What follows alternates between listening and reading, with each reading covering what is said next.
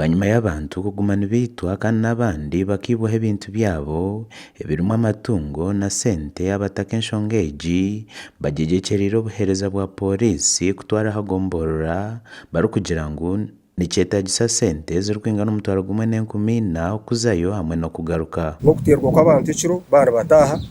bakagaruka bakitwa omu mihanda obwire obwire barigire nabwe kwitira akashenyi gavumenti nekimanya bakitirayo omukazi n'omwana we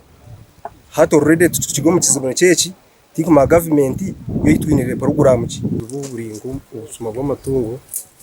nyamishwa z'abantu itwire nibagwa ente embuzi uza kwimbwa akaseso usanga ente mu kiraro kirete koziriki itarumu bakuziri bagitwire buri muntu wena nacura buri mustogu ni nk'umuntu wakana nk'umuruka gwitu gwakantaganya. Kandi ho nabo bamwe abaturani bagira ngu tibarikubasa kutabaza emanja zabo ahabwo kuba orugendo n'oruringwa kiretire enkozi z'ebibi nk'abarikukozesa ebitokoza bwongo kweyongyera omu byaro hatariho kubateera ha mukono. Polisi aho zibire ziri nitwe tuganyurweho kubarara batwire ekintu kyawe orake kwikankai a polisi kuyamba abo kwa baba ekikurete ekyo obwitane na n'obusuma n'okugira ngo polisi bazitire hare atiya abana twina basigazi n'abarisi benzayi drugs zona nibazikozesa kuko niyo nimbareba nanjye ntambura mitinkaho mbutawuni nibasanga enyuma y'enzu amatama gazimbi. Pausa Choncho chairman w'isiwani w'ekyaro kya Kenturege nagira ngu omuruka gwa kitongore gwine abantu bingi nahabwekyo nibetaaga ebyokwerinda birikumara. Itwe nka kitongore twine abantu bingi abatakubasa kwingana n'abari omu ngari operation yiteri y'iguru munonga nje tukusabana na egombora ninga town council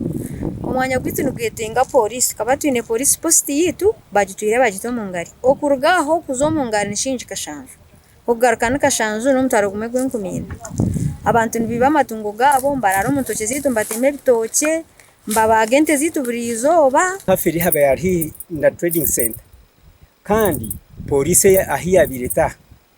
ekirukworeka ngu omuntu gwabe nabasa kutere nduru hagira omuntu ayashumizaho polisi ninga si polisi hurindura ekyo konka ekyo busasa abo kushanga ngo hati polisi bakagihaho bagiteka hare n'abantu kiretire omuntu kufa habura n'oburari bwona. RDC wa Kazo Kapiteni Yahaya Kakoza yahumuriza abataka ba Kazo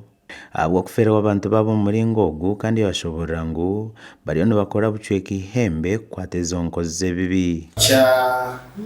Naku nnyo twafunye incident eyo ey'omutuuze waffe eyatibulwa mu katundu ako naye nga kikubadde omutuuze gwaffe era nga njagala kutegeeza abantu nti yabadde kituyita isolated incident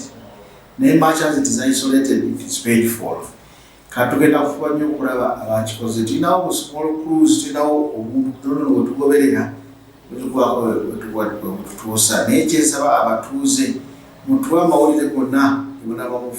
kandi ho nawe yayongera yahamiza abanyakazo ngo n'obuharabe habiriho kutwara ebitebe bya polisi aha magomborora hariho entebekano so kurebuka ngu obuheereza bwahikomba bantu ba buriijo kugombora genda kubanga polisi n'abasirikale abamala n'entambula tiwabawo ensonga ng'eyo bamangu essimu eya polisi oba eya osoyo basobola okujja nga